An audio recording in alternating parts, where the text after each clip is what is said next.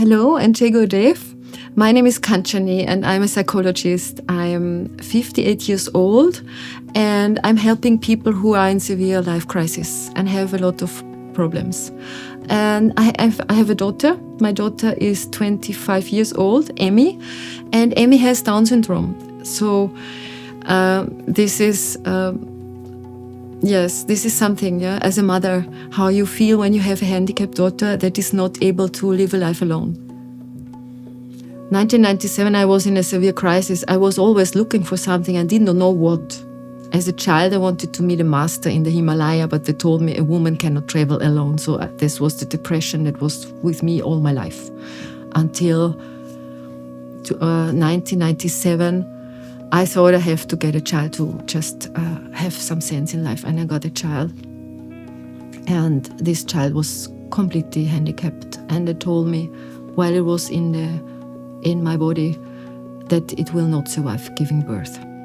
And I was really shouting with God. I said, how do you torture me? I did not deserve this. I was really, really upset with God. I did not eat anymore. I just was writing. I started to smoke again because they told me the child will not live. I lost a lot of weight. And finally, there was the day I went to the hospital and then the baby came and they said it would not, then it survived. It was a very, very, very difficult giving birth. Came up other way around.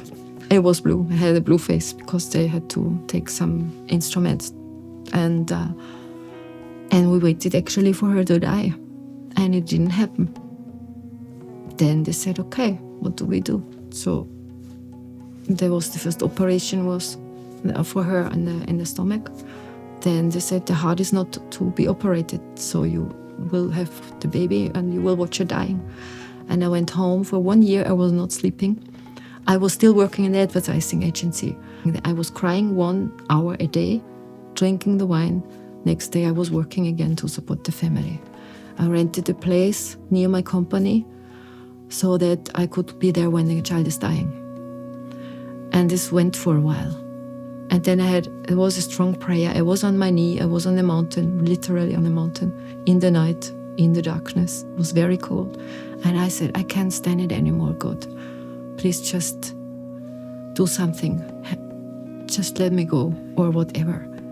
And in that moment, I had a vision. There was a heart of moss and it went up in the sky and it dissolved. And I knew everything would be okay. But this was long before I met Guruji. And then I went home. I got a phone call. It was early morning.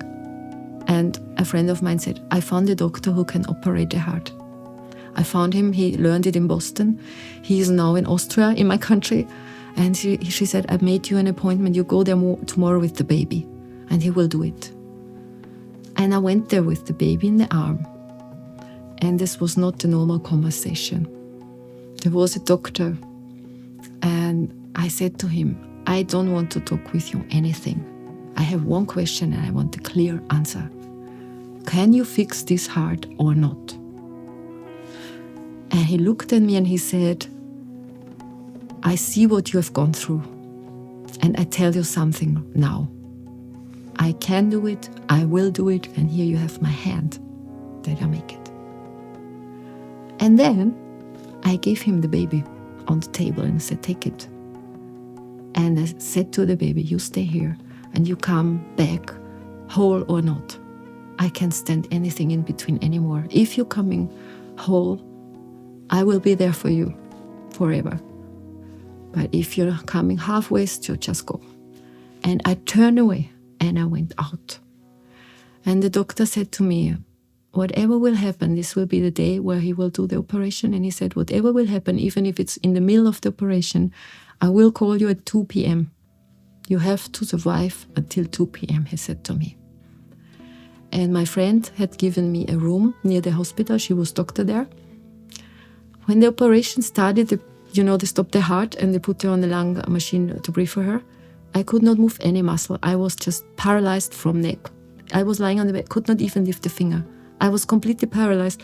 Later they told me that my soul was with her and I was just giving her my heart and I gave all my systems to her. So I was just lying there. I could not move, not at all. could not feel anything. I was not existing somehow. And then nobody told me it's 2 p.m., but I just stood up. I went to the phone. I grabbed it and it was ringing. And he said, everything's perfect. And he let drop the phone. And that's how it was. The heart operation went perfectly. And then there started some normal life. Yeah, the baby was more vivid then. Before it did not really move a lot. And then it took a long time for her to walk and so on. But she was always talking very brilliantly, very wise. There was one evening when we were praying, my daughter and I, that I asked her, Emmy, just tell me, do you have a guardian angel? And to my surprise, Emmy answered immediately, of course. And she was a little bit upset. She said, of course, mother, don't you know? I have a guardian angel, and this is the star child, a star child. And I never heard this expression before. We did not have a book about a star child. I never heard somebody talking about a star child with her. So I was really very surprised. And I just said, okay, wonderful. I'm glad you have this guardian angel. A couple of months later, I had an interview with Paramahamsa Vishwananda. At that time, we had a lot of interviews, personal interviews. And I remember when I came in, he offered me a place, a seat. And then he said, by the way, I have something for your daughter. And then he just grabbed beside him like I do now, and he gave me this. And this is a rock, and there is a star child on it. It is a little angel with a star on the head, and it has a smile, and it has a face like Down syndrome. It actually looks like my daughter looks, and has a little light there. And I was so touched by this gesture. And he said to me, give it to her. So when I come back home, I gave this gift to my daughter. And she looked at me and she said, now, Mom, you finally also can see the star child, my guardian angel, which is watching over me all the time. And in that moment, I just realized that they did it for me. They both did it for me. Because she knew it and he knew it.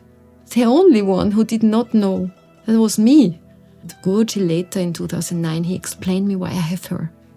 He said that she was already finished with her path. But only because of compassion with me, she came back to help me. And he said to me several times, the things you have to learn, you can only learn from her. These things you have to learn. And I didn't know at that time what it was, but now I know it. It is to love. It's to have an open heart. She had a complete open heart.